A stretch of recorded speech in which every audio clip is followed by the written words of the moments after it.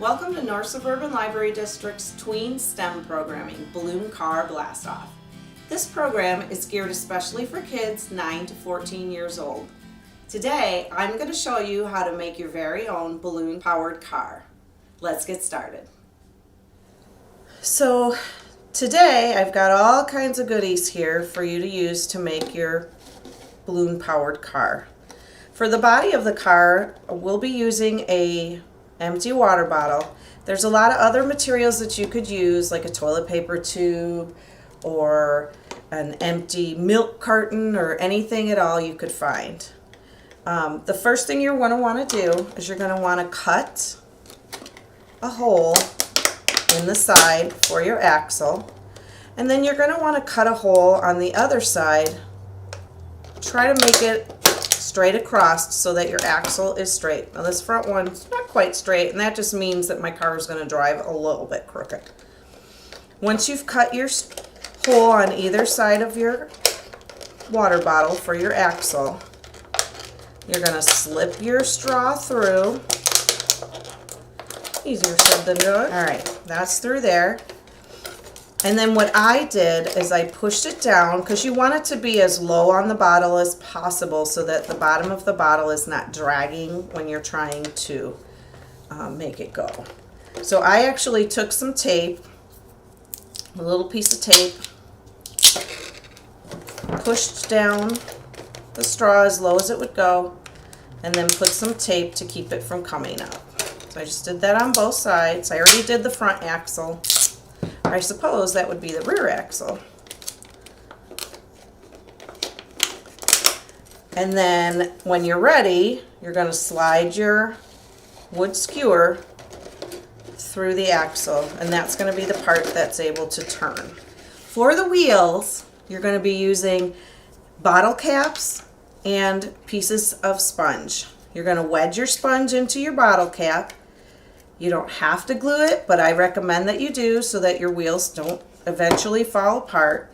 I'm using a hot glue gun because it's fast for display purposes, but you could also use any other glue. You just have to be patient and let it dry. To attach your wheels to your axle, you can use the tip of the skewer to poke a hole, and you want to try to get the hole right in the middle of the sponge. If you want to be exact, you can use a ruler and measure the middle of it. I'm just going to eyeball it here for my purposes. You don't have to glue the stick in there, but again, I suggest that you put a little bit of glue there so that you're sure your wheels are not going to fall off. So let's go ahead and put our wheels on. A little glue there.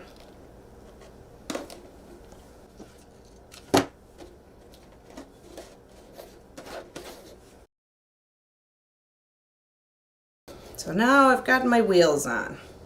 Now for the jet part of your balloon car, you're going to want to attach your balloon to the long straight part of the straw. You can either attach it with a rubber band or you can use tape. I've tried both ways. I feel like the rubber band, if you're not careful, will squeeze the straw, and then that way not enough air gets through to propel your car. Just if you're going to use a rubber band, make sure you don't put it on too tight. I'm going to go ahead and I'm going to use tape. You want to make sure you have an airtight seal. And then you're going to need to poke a hole in the top of your car. I'm just going to go like this and make a little hole there. And that's where you're going to insert your straw. And you're going to make it go, feed it through so that it comes out the end over here. That's where your jet's going to be pushing to make your car go. When you're ready to run your car, when you're ready to make it go, you're going to just blow up your balloon, hold the end, and then let it go. Voila, you've got a balloon-powered car. Did you know your balloon car uses jet power to move? The stored air in the balloon pushes through the straw, creating thrust, the force that pushes the car forward. So when air from the balloon moves in one direction, it pushes the car in the opposite direction. If you would like to make your own balloon car, just stop by either NSLD library location to pick up a kit while supplies last.